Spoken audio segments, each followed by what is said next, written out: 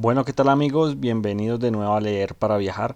Continuamos con nuestra lectura del libro Viaje al centro de la Tierra de Julio Verne. Capítulo 13. Ya era hora de que fuese de noche, pero en el paralelo 65 grados, la claridad diurna de las regiones polares no debía causarme asombro.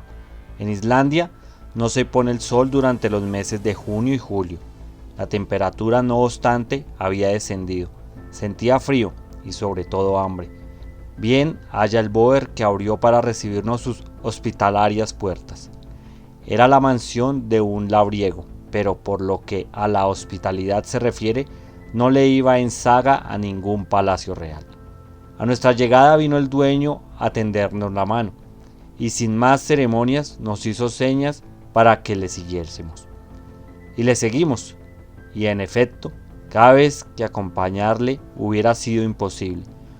Un corredor largo y estrecho y oscuro daba acceso a esta cabaña, construida con maderos apenas labrados, y permitía llegar a todas las habitaciones, que eran 4: la cocina, el taller de tejidos, la bastofa, alcoba de la familia y la destinada a los huéspedes, que era la mejor de todas.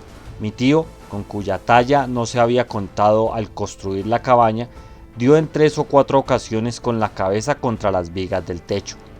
Nos hicieron pasar a nuestras habitaciones, que era una especie de salón espacioso, de suelo terrizo, y que recibía la luz a través de una ventana cuyos vidrios estaban hechos de membranas de carnero bien poco transparentes. Consistían las camas en un poco de heno seco amontonado sobre los bastidores de madera pintada de rojo y ornamentada con sentencias irlandesas. No esperaba yo ciertamente tanta comodidad, pero en cambio reinaba en el interior de la casa un penetrante olor a pescado seco, a carne macerada y a leche agria que repugnaba de un modo extraordinario a mi olfato. Cuando nos hubimos desembarazado de nuestros arreos de viaje, oímos la voz del dueño de la casa que nos invitaba a pasar a la cocina, única pieza en que se encendía lumbre hasta en los mayores fríos. Mi tío se apresuró a obedecer la amistosa invitación y yo le seguía al momento. La chimenea de la cocina era un antiguo modelo. El hogar consistía en una piedra en el centro de la habitación, con un agujero en el techo por el cual se escapaba el humo. Esta cocina servía de comedor al mismo tiempo.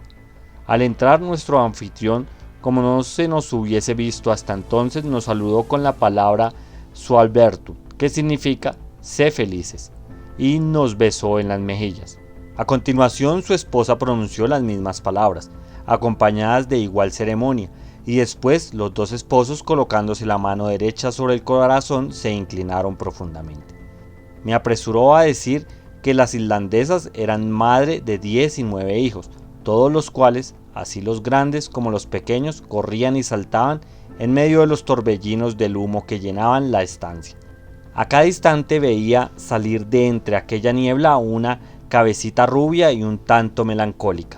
Habríase dicho que formaba un coro de ángeles insuficientemente aseados. Mi tío y yo dispensamos una excelente acogida a aquella abundante parva, y el poco rato teníamos 3 o 4 de ellos sobre nuestras espaldas, otros tantos sobre nuestras rodillas y el resto entre nuestras piernas. Los que ya sabían hablar repetían Salbertum en todos los tonos imaginables, y los que aún no habían aprendido gritaban con todas sus fuerzas. El anuncio de la comida interrumpió este concierto. En este momento entró el cazador, que venía de tomar sus medidas para que los caballos comiesen, es decir, que los había económicamente soltado en el campo, donde los infelices animales tendrían que contentarse con pacer el escaso musgo de las rocas y algunas sobas bien poco nutritivas, lo cual no sería obstáculo para que al día siguiente viniesen voluntariamente a reanudar sumisos el trabajo de la víspera. Sualbertum, dijo Hans al entrar.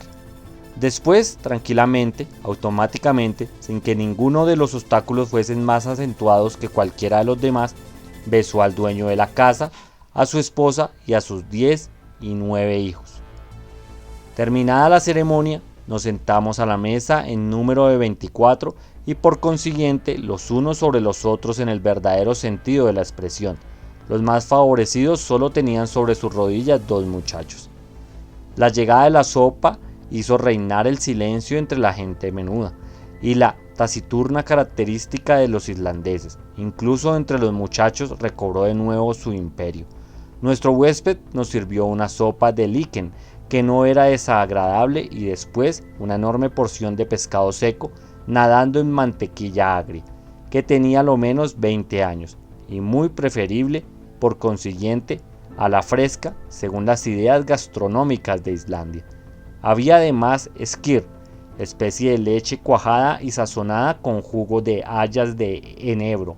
En fin, para beber nos sirvió un brebaje, compuesto de suero y agua, conocido en el país con el nombre de blanda. No sé si esta extraña comida era o no buena. Yo tenía buen hambre y los postres me di un soberbio atrancón de una espesa papilla de alfarfón.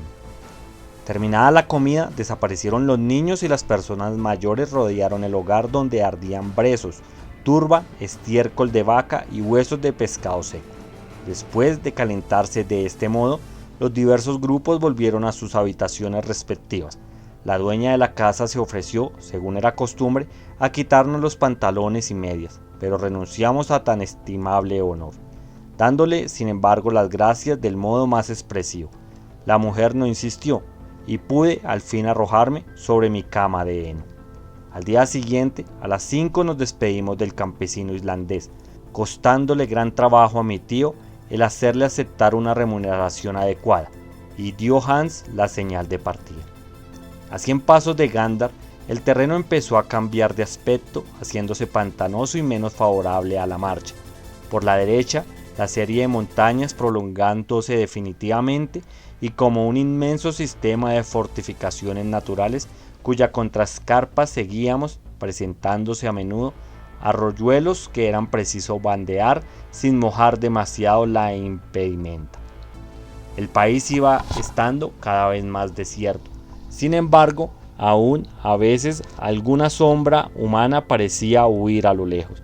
Si las revueltas del camino nos acercaban inopinadamente a uno de estos espectros, sentía yo una invencible repugnancia a la vista de una cabeza hinchada, una piel reluciente, desprovista de cabellos y de asquerosas llagas que dejaban al descubierto los grandes desgarrones de sus miserables harapos.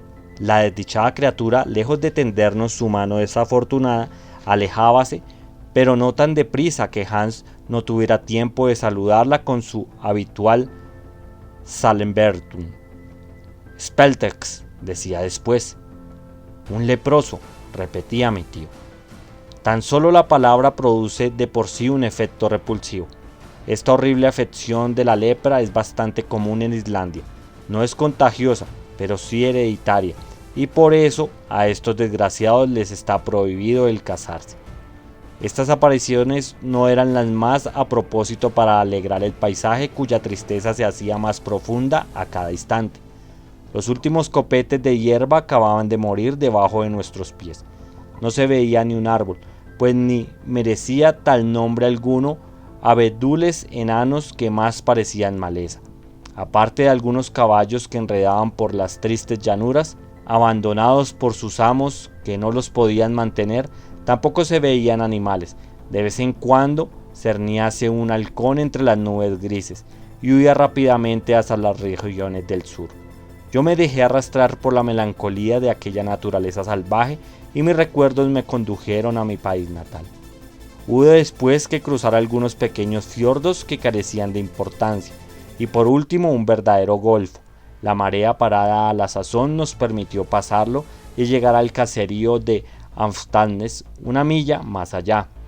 Al anochecer, después de haber vedado 2 ríos donde abundaban las truchas y los hoyos, el Alfa y el Eta, nos vimos precisados a hacer noche en una casucha ruinosa y abandonada, digna de estar habitada por todos los duendes y espíritus de la mitología escandinava.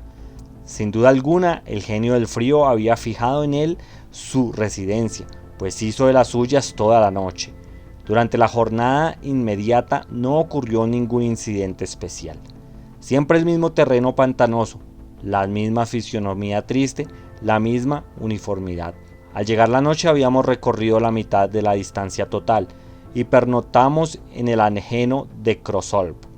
El 10 de junio recorrimos una milla sobre poco más o menos por un terreno de lava. Esta disposición del suelo se llama en el país un round. La lava arrugada de las superficies afectaba la forma de calabrotes, unas veces prolongadas, otras veces adujados. De las montañas vecinas descendían inmensas corrientes ya solidificadas de lava, procedentes de volcanes actualmente apagados, pero cuya violencia pasada pregonaban estos vestigios. Esto no obstante, los humos de algunos manantiales calientes se elevan de distancia en distancia. Nos faltaba el tiempo para observar estos fenómenos, era necesario avanzar, y los cascos de nuestros caballos no tardaron en hundirse de nuevo en terrenos pantanosos, sembrados de pequeñas lagunas. Marchábamos a la sazón hacia el este, después de haber rodeado la gran bahía de Fasa y la doble cima blanca del Snelf se ergía entre las nubes a menos de 5 millas. Los caballos marchaban bien, sin que les detuviesen las dificultades del suelo. Yo empezaba a sentirme fatigado, mas mi tío permanecía firme y derecho como el primer día, inspirándome una sincera admiración, lo mismo que el cazador que consideraba aquella expedición como un sencillo paseo. El sábado 20 de junio, a las 6 de la tarde, llegamos a Burdir, aldea situada a la orilla del mar, y el guía reclamó el salario convenido. Mi tío le pagó en el acto. Aquí fue la familia misma de Hans, es decir, sus tíos y primos quienes nos hospedaron en su casa. Fuimos bien recibidos y sin abusar de la amabilidad de aquellas buenas gentes, no buena gana hubiera permanecido en su compañía algún tiempo con objeto de reponerme de la fatiga del viaje, pero mi tío, que no experimentaba necesidad de descanso, no lo entendió de igual modo y a la mañana siguiente no hubo otra solución que montar nuevamente nuestros pobres cabalguras. El suelo se encontraba afectado por la proximidad de la montaña, cuyas raíces de granito salían de la tierra cual las de una vieja encina. Íbamos contorneando la base del volcán. El profesor no le perdía de vista, gesticulaba sin cesar y parecía desafiarle y decirle: aquí, el gigante, que voy a sojuzgar.